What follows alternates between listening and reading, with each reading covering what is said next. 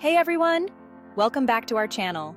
If you're new here, don't forget to subscribe and hit the notification bell for more health and wellness tips. Today, we're exploring how yoga can benefit children and sharing some fun yoga poses for kids. Let's get started. Yoga is not just for adults. It's a fantastic activity for children, providing numerous physical, mental, and emotional benefits.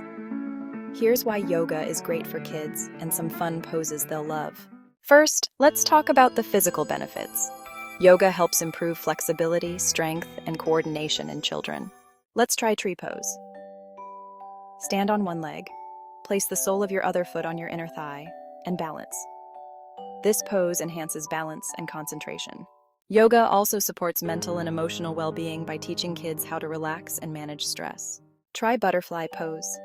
Sit on the floor, bring the soles of your feet together, and gently flap your legs like butterfly wings. This pose is calming and fun. Making yoga fun and engaging is key to keeping kids interested. All right, everyone, let's move on to the cat-cow pose. This one is really fun.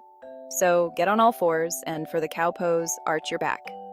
Then, for the cat pose, round your back. Kids just love pretending to be animals. Now, let's incorporate some simple breathing exercises. These exercises can really help kids learn how to focus and relax. It's a wonderful way to end our session. Try balloon breathing. Inhale deeply through your nose, filling your belly like a balloon, and then exhale slowly. This exercise is both fun and calming. Yoga can also be a wonderful group activity, fostering social skills and cooperation among children. Partner tree pose. Stand side by side, place your outer foot on your inner thigh, and hold each other's hand for balance. It's a fun way to practice teamwork. By incorporating yoga into their routine, children can enjoy numerous physical, mental, and emotional benefits. If you found this video helpful, please give it a thumbs up and share it with other parents. Comment below with your thoughts or questions.